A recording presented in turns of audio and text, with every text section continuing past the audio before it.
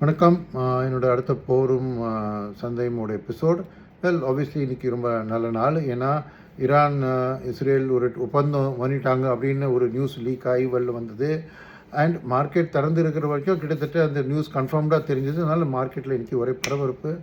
Large cap 2% up, mid and small cap and micro cap 2 to 3% Appu.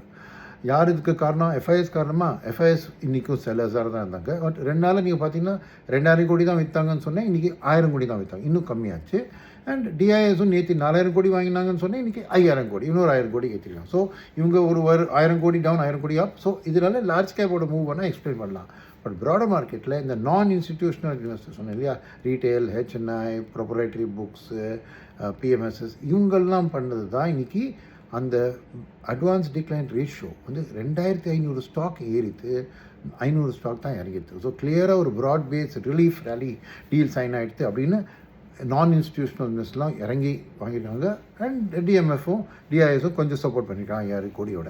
So இதனால் என்ன காரணம்னா, அந்த டீல்னால இன்றைக்கி பிரெண்ட் க்ரூடோட விலை 2-3 நாளாக 92லேருந்து 94 அலாடைந்தது இல்லையா, அது இன்றைக்கி டிசைசிவாக 90 பிரேக் பண்ணி 87 to 89 ட்ரேட் ஆகி 87.65 கிட்ட முடிஞ்சிருக்கு.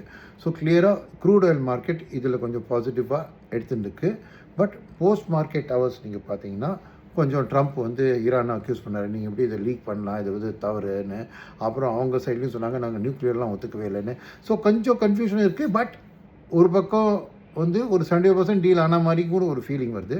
யூரோப்பில் இந்த சண்டே சைன் கூட ஆகும்னு ஒரு ஃபீலிங் வருது. ஸோ சொல்ல முடியாது, ட்ரம்ப்பை வச்சுன்னு அன்பிரடிக்டபிள் இருக்கும். ஸோ என்னோடய மண்டே மார்னிங் ரிவ்யூக்காக வெயிட் பண்ணுங்கள். ஏன்னா அந்த வீக்கெண்ட் ரிவ்யூ பண்ணுவேன் இல்லையா, வீக்லி. அதுக்குள்ளே சண்டே டீல் சைன் ஆகிட்டு என்ன ஆகிடுதுன்னா அப்புறம் மண்டே. அதனால் உங்கள் இன்வெஸ்ட்மெண்ட் ஃபிலாசபி யாரெல்லாம் அந்த 1% நான் சொன்னபடி பண்ணியிருந்தீங்களோ அதெல்லாம் இன்றைக்கி உங்கள் போர்ட்ஃபோலியோஸில் நல்ல இம்ப்ரூவ்மெண்ட் தெரிஞ்சிருக்கும். பட் அதே கண்டினியூ பண்ணுறது தான் இப்போதைக்கு சொல்கிறேன். பட் இனி இப்போவும் மண்டே வரைக்கும் டைம் இருக்குது. நான் டெஃபினட்டாக என்னோடய வீக் ரிவ்யூ மண்டே வரைச்சேன், அதை பற்றி என்ன ஆகுதுன்னு பார்த்துன்னு நான் சஜஸ்ட் பண்ணுறேன். மற்றபடி மார்க்கெட்டில் பார்த்திங்கன்னா எல்லா செக்டர்ஸும் இன்றைக்கி அப்படி இருந்தது. ஐடி மட்டும் தான் கொஞ்சம் ப்ரெஷரில் இருக்குது. பட் பரவாயில்ல, அது இந்த ஒரு ஃபீலிங்கில் நேச்சுரலாக ஐடி கொஞ்சம் லெஃப்ட் அவுட்டாக இருக்கும். பட் என்ன ஏறித்து, எது அதிகமாக ஏறித்து கம்மியாக ஏறித்துன்னு பேசி பிரயோஜனம் இல்லை, எல்லாமே ஏறித்து, ரைட்.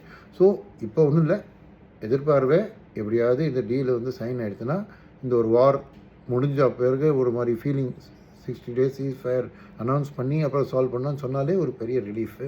பட் இந்தியாவை பொறுத்த மட்டும் இன்னமும் அந்த $87 ஆயில் ப்ரைஸும் நம்ம எக்கானமிக்கு ஒரு பாதிப்பு தான். அதனால் பொறுத்து தான் எல்லாம் பண்ணணும். ஸோ மண்டே மார்னிங் நான் சந்திக்கிறேன் with further update on this. நன்றி, வணக்கம்.